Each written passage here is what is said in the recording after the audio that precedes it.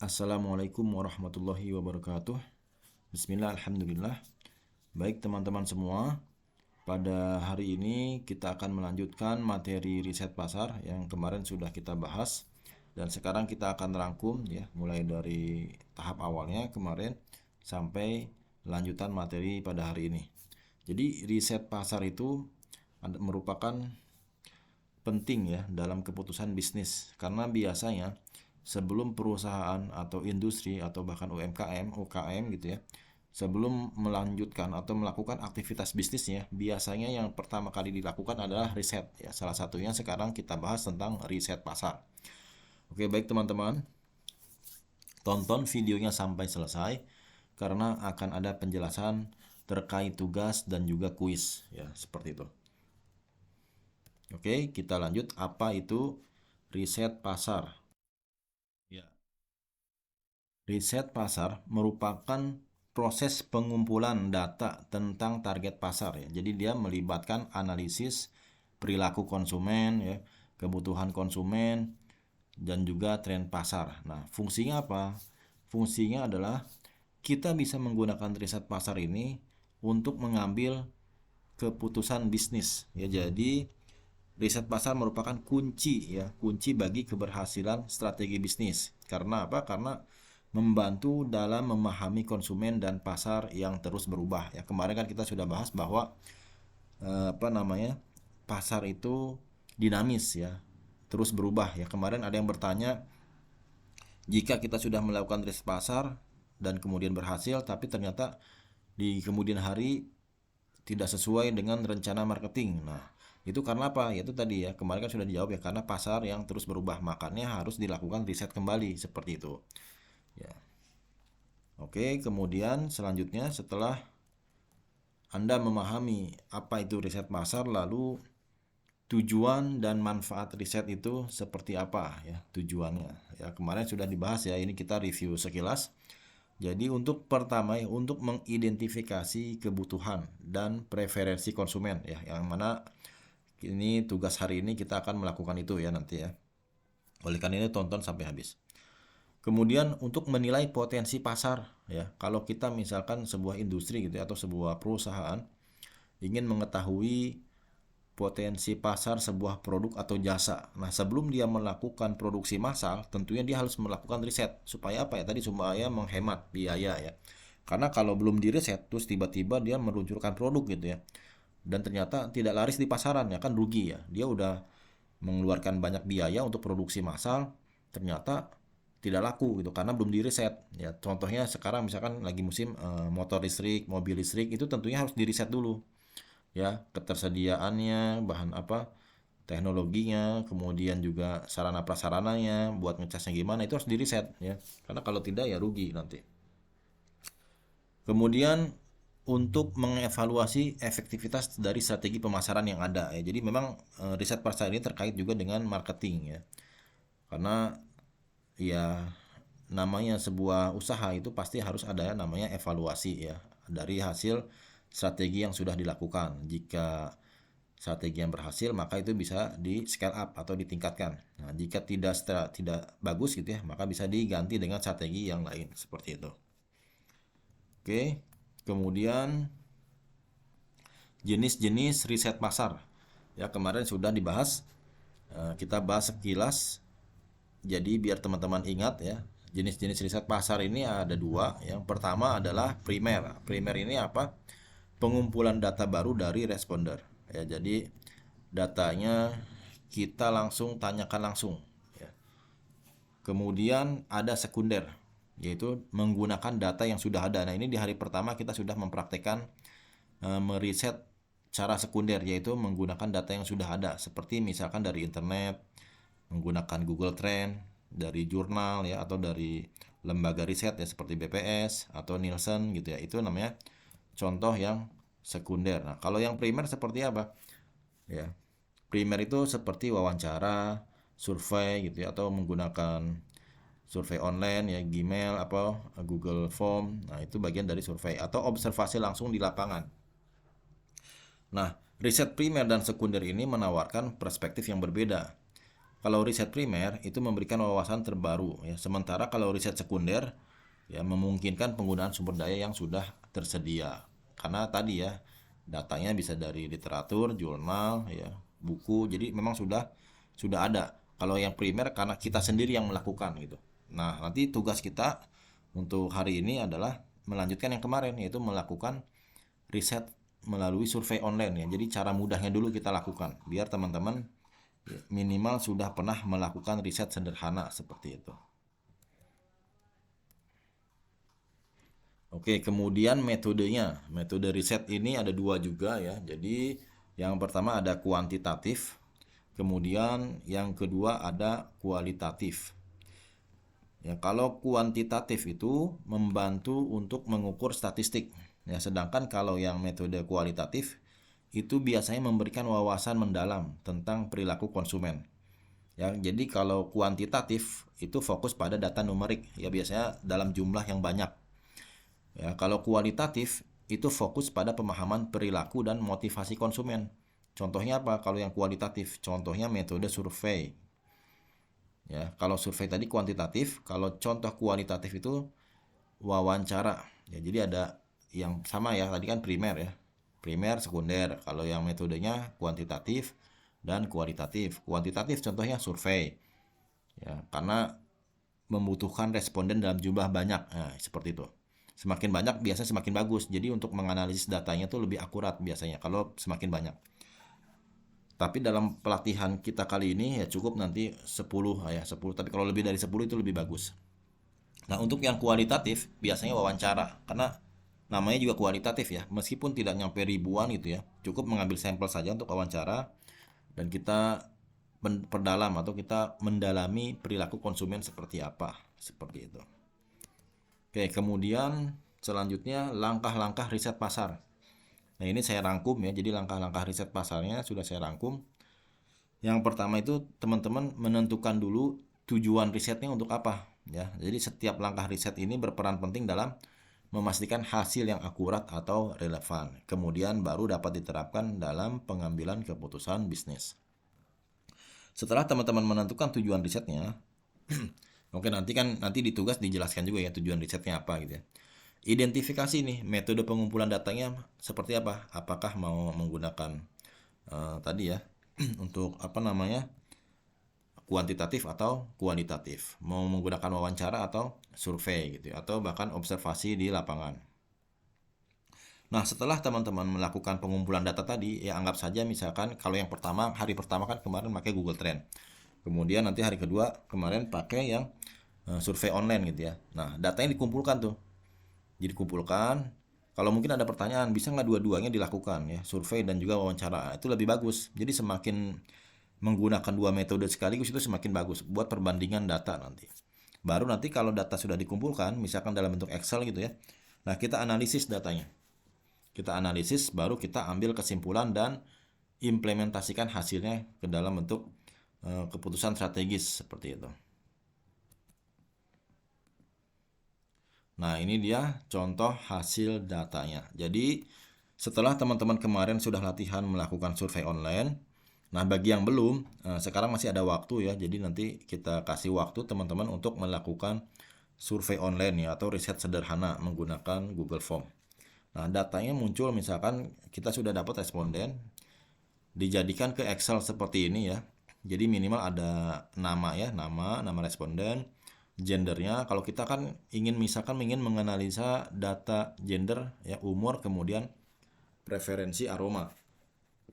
Ya, kemudian juga harga. Nanti kan kita akan mengecek nih, menganalisa aroma, kemudian harga yang diinginkan oleh customer seperti apa ya. Frekuensi beli tahunan juga diperlukan. Atau teman-teman mau menambahkan variabel yang lain itu silakan ya. Oke. Nah, ini dia contoh contoh grafiknya ya. Jadi kan kemarin teman-teman sudah melakukan survei online, tinggal dilanjutkan nih dengan sekarang. Jadi tugasnya nanti kita berikan di akhir video ya. Ini contoh chartnya. Nah, dengan ada chart atau grafik ini memudahkan kita untuk membaca data. Karena seperti yang sudah saya jelaskan kemarin, seorang analis atau seorang yang melakukan riset pasar, dia harus bisa mempresentasikan hasil temuannya itu kepada manajer ya, kepada manajernya atau bahkan kepada investor yang ingin berinvestasi di perusahaannya seperti itu. Ya, nanti teman-teman silakan apa namanya ikuti nanti step by step ya di video ini ya. Oke, kemudian biasanya dalam analisa ya kita juga bisa menambahkan analisa SWOT-nya ya, SWOT analisis. SWOT itu apa? SWOT itu S-nya itu dari kata strength ya. Strength itu kelebihan, kekuatan. Jadi kelebihan produk atau perusahaan tersebut apa? Oke, saya akan jelaskan terkait. Oke, di sini file PDF-nya ya, tugas praktek riset pasar. Topiknya riset pasar untuk mengembangkan aroma baru parfum Fresh Fusion. Ya, jadi seperti yang sudah disampaikan di awal, nah, untuk melakukan praktek, kita akan menggunakan produk yang sudah disediakan. Untuk apa? Ya, untuk menyeragamkan produk, kemudian juga untuk meminimalisir perbedaan produk dan juga karena ada beberapa bahkan sebagian besar belum ada produknya. Jadi biar bisa langsung praktek kita sudah sediakan produknya.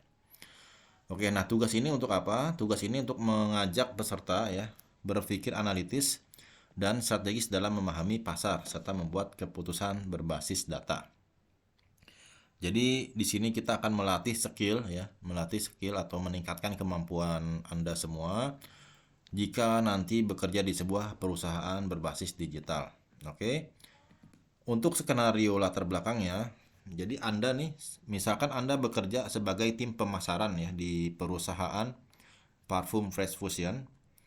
Kemudian perusahaan berencana meluncurkan aroma baru yang sesuai dengan selera pasar. Nah, tugas Anda adalah melakukan riset pasar untuk menentukan aroma apa yang paling disukai oleh konsumen dan berapa harga yang cocok untuk produk tersebut. Oke, seperti itu ya. Oke, untuk instruksi tugasnya nanti teman-teman identifikasikan dulu target pasarnya seperti apa ya. Misalkan gini, target pasar sederhananya seperti ini ya. Anak sekolah, remaja, dewasa, atau karyawan ya, atau orang tua itu silahkan ditentukan oleh masing-masing ya, oleh masing-masing. Kemudian buat profil konsumen target ya, yang meliputi usia, jenis kelamin, gaya hidup, dan preferensi aroma seperti apa gitu ya. Jadi simpel saja ya teman-teman ya. Yang penting teman-teman sudah apa namanya mengetahui ya targetnya siapa saja. Apakah mau ke anak sekolah, ke mahasiswa, orang dewasa ya atau karyawan, itu silahkan dipilih masing-masing ya. Kemudian untuk profil konsumennya, preferensi aromanya seperti apa ya nanti silahkan di list ya, ini segar, manis, buah, flora dan lain-lain ya, itu silahkan ditambahkan sendiri. Yang penting nanti ada minimal ada aroma segarnya, manisnya, buahnya, floranya itu yang akan kita analisa. Kemudian untuk datanya teman-teman boleh menggunakan kedua-duanya ya, dalam artian bisa menggunakan survei online atau metode kuantitatif minimal 10 responden ya. Jadi nanti apa namanya teman-teman boleh lebih dari 10 seperti itu. Ya 10 orang berarti ya lebih. Itu boleh, itu lebih bagus seperti itu. Oke. Kemudian jika teman-teman misalkan menggunakan satu saja itu juga tidak masalah ya. Misalkan teman-teman hanya menggunakan metode kuantitatif. Misalkan survei online ya. Lalu pertanyaannya seperti apa? Nah, untuk pertanyaannya minimal teman-teman karena yang akan kita analisa adalah jenis aroma ya, maka tulis di pertanyaan seperti ini.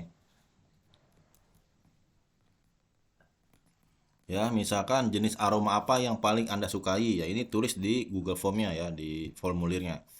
Kasih pilihan, pilihannya tidak hanya pilihan ganda ya, tapi yang dicentang. Ya, kemarin kan sudah dibahas ya, silakan lihat video sebelumnya bagaimana cara untuk membuat apa namanya survei online di Google Form menggunakan pilihan centang, pilihan ganda. Nah, itu silahkan dilihat kembali videonya. Atau teman-teman nanti bisa bertanya kepada mentor masing-masing gitu ya. Atau kalau di pagi hari bisa bertanya kepada instruktur. Oke. Kemudian Tulis juga pertanyaan seberapa sering Anda membeli parfum dalam setahun ya, atau frekuensinya. Itu ditulis. Dan berapa harga yang cocok ya. Berapa harga yang menurut Anda cocok untuk parfum berkualitas ukuran 30 mili. Nah, jadi untuk parfum Fresh Fusion ini ada dua ukuran, yang kecil dan besar. Yang kecil itu 15 mili, yang besar itu 30 mili. Kemudian untuk menganalisa persaing, teman-teman boleh juga menambahkan pertanyaan merek parfum yang biasa Anda beli ya. Sebutkan merek parfum yang biasa Anda beli. Nah, itu seperti itu. Nah, kalau untuk yang menggunakan metode kualitatif atau metode wawancara dengan sekitar 5 orang gitu ya, dari target pasar yang berbeda, itu untuk kita mengetahui preferensi mereka seperti apa ya mengenai aroma dan kemasan parfum atau harganya. Jadi lebih mendalam. Teman-teman bisa apa namanya, observasi dan tanya-tanya jawab gitu ya, tanya langsung kepada mereka. Oke, kemudian setelah melakukan survei tadi, ya, teman-teman tinggal menganalisis harga pasar. Jadi ada tambahan ya, kemarin kan teman-teman sudah diminta untuk latihan praktek ya, belum dikumpulkan tugasnya karena memang akan digabung dengan yang sekarang. Oke, sekarang yang sudah melakukan survei online tinggal melakukan tahap selanjutnya, yaitu dalam riset pasar kita perlu menganalisis harga pasar. Jadi silakan teman-teman cek atau cari ya harga parfum serupa dari kompetitor yang sudah ada di pasaran. Boleh teman-teman mengecek di lapangan, atau karena ini menggunakan online ya bisa cek di online ya, di TikTok ya, di marketplace yang lain juga bisa teman-teman cek. Kemudian buat tabel perbandingan harganya ya, minimal dari 3 sampai 4 merek parfum dengan aroma dan kualitas yang mirip. Seperti itu. Kalau misalkan mau mengambil yang ukuran 30 mili, berarti nanti cari harga parfum 30 mili dengan parfum kualitas yang sama itu di merek-merek lain tuh kisaran harga berapa. Seperti itu. Ini latihan dalam menganalisis harga pasar ya. Karena di sini teman-teman sebagai tim pemasaran di perusahaan parfum Fresh Fusion. Nah, jadi ketika teman-teman nanti sudah lulus bekerja gitu ya, dan bekerja di sebuah perusahaan, misalkan di perusahaan apa namanya, properti gitu ya, otomotif ya, karena di alumni SCB sebelumnya pun ada yang bekerja di sebuah perusahaan digital marketing, jadi sudah punya gambaran gitu pekerjaannya nanti gimana gitu ya, cara merisetnya gimana. Oleh karena itu kita langsung latihan praktek di sini.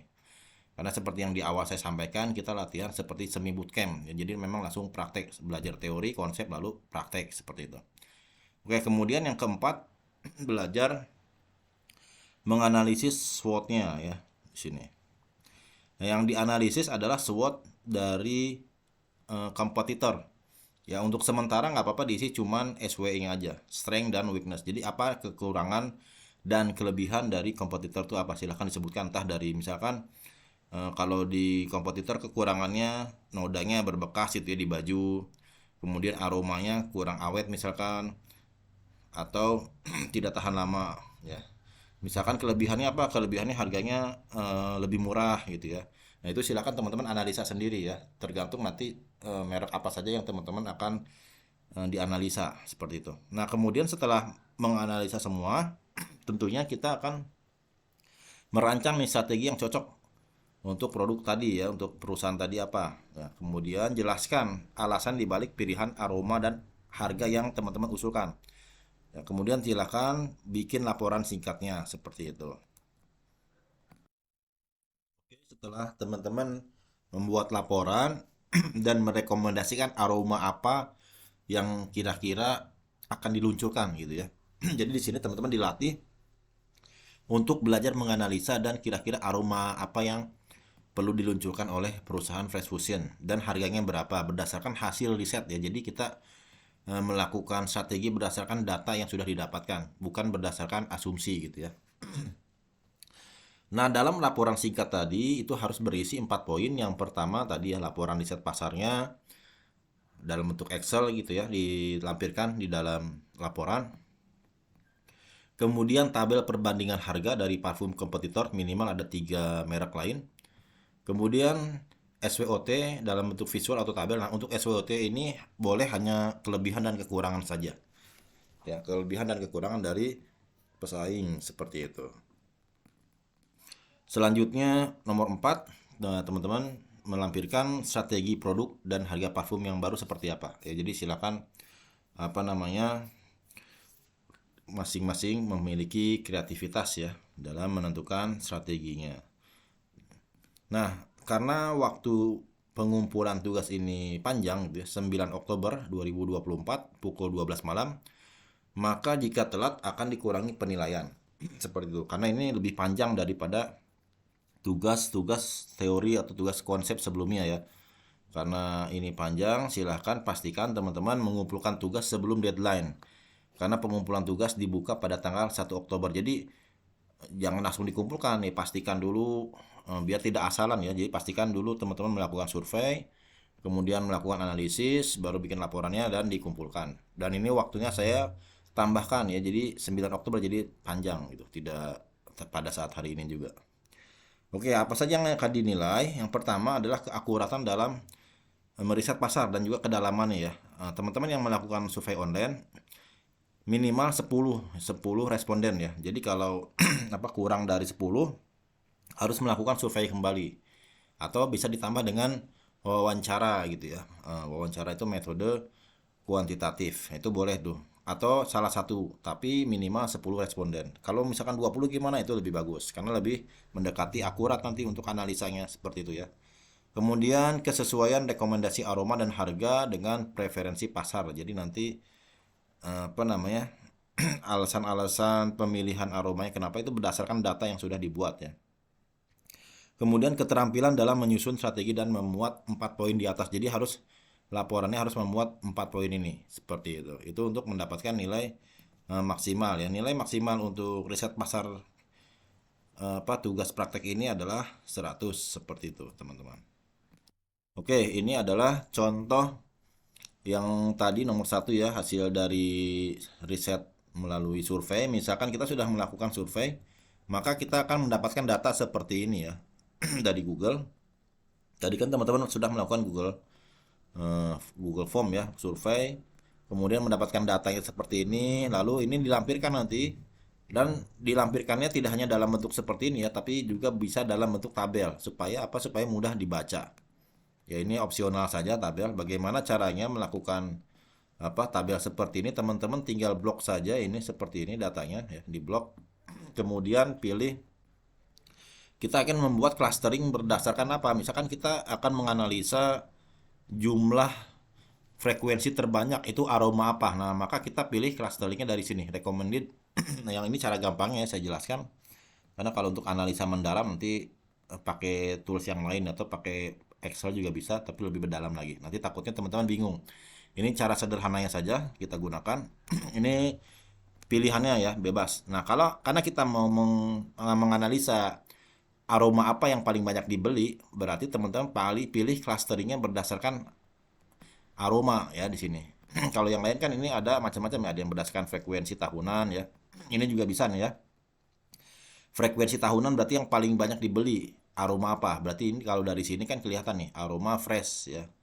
Kemudian aroma unik, yang paling sedikit adalah aroma floral. Nanti teman-teman tinggal temuan ini dianalisa ya. Berarti dalam laporannya aroma yang paling sering dibeli oleh konsumen atau target konsumen adalah aroma fresh. Nah itu. Kemudian kalau dari sini ini berdasarkan umur ya. Umur yang paling yang sweet misalkan ini umurnya. Ini juga aroma ya, jumlah aroma yang paling sering ya di tadi frekuensinya ya. Nah, ini teman-teman pilihnya berdasarkan apa? Tergantung risetnya mau seperti apa gitu ya. Oke, ini lebih lanjutannya lagi seperti ini. Nah, kalau mau yang lebih detail lagi bisa menggunakan pivot tabel, tapi itu tidak wajib. Nah, teman-teman pakai yang tadi juga tidak apa-apa. Nah, ini contohnya ya. Contohnya menggunakan pivot. Kita ingin melihat misalkan aroma segar ini umur berapa saja yang beli. Nah, di sini kelihatan ya, umur 25, 26, 29 ya. Dari sini. Kemudian ini frekuensi tahunannya kelihatan juga nih. Fresh ini yang umur 26 tahun ini ada 5 ya, 5 kali pembelian. Bisa kelihatan. Tapi ini tidak wajib ya teman-teman, pakai yang cara simpelnya saja. Yang penting analisanya mau apa? Mau jumlah. Karena tujuannya kan tadi ingin mengetahui aroma apa sih yang kira-kira kalau diluncurkan itu bakal laku ya gitu ya, karena sudah di ternyata orang-orang sukanya aroma apa dan harganya berapa gitu ya. Itu silahkan Ini kan belum ya berdasarkan aroma ya. Kalau mau berdasarkan harga gitu ya, kita bisa lihat juga di pivotnya harga yang ingin mereka apa pricingnya tuh berapa gitu ya, bisa ditaruh di sini. Nah ini bisa kelihatan di sini nih minimum pricingnya itu kebanyakan kalau yang fresh ini ya ini paling tinggi ya warna hijau berapa nih 52 ya berarti 52.000 gitu ya kalau yang mereka mau membayar 52.000 dengan aroma yang fresh gitu ya ini seperti ini tampilannya. Kalau pakai yang tadi yang recommended juga bisa tinggal dicari saja berdasarkan harga misalkan ya seperti itu. Nah di sini berdasarkan harga juga ada. Oke teman-teman semua tinggal dicari ya di sini ada. Nah ini ya minimum price willing berapa? Ini bisa kelihatan warna hijau ya. Kalau ini yang biru umur, kalau yang warna hijau harga yang mereka mau bayar berapa ya bisa dilihat ini. Kalau diokehin kan nanti muncul ya, seperti itu. Oke teman-teman untuk ini tidak terlalu wajib ya untuk chartnya ini tidak terlalu wajib. Yang penting nanti teman-teman laporan dan menganalisanya seperti apa dan kesimpulannya ya kesimpulannya seperti apa karena kesimpulan itu menjawab tujuannya kan tadi ya kita ingin mengetahui preferensi aroma konsumen yang diinginkan seperti apa dan harga yang mereka mau beli beli apa harga yang mereka mau bayar tuh berapa gitu seperti itu. Oke teman-teman, oke itu tadi penjelasannya. Kalau misalkan ada yang ingin ditanyakan, teman-teman silahkan bisa menghubungi di Telegram ataupun di WA ya ataupun bisa bertanya ke mentor kalau belajar di jam siang ya bersama mentor misalkan di Zoom ataupun di WA silahkan. Ya bebas, yang penting teman-teman nanti sudah memahami materi pelatihan pada hari ini. Oke, selamat mengerjakan tugas dan semoga sukses. Oke, terima kasih. Assalamualaikum warahmatullahi wabarakatuh.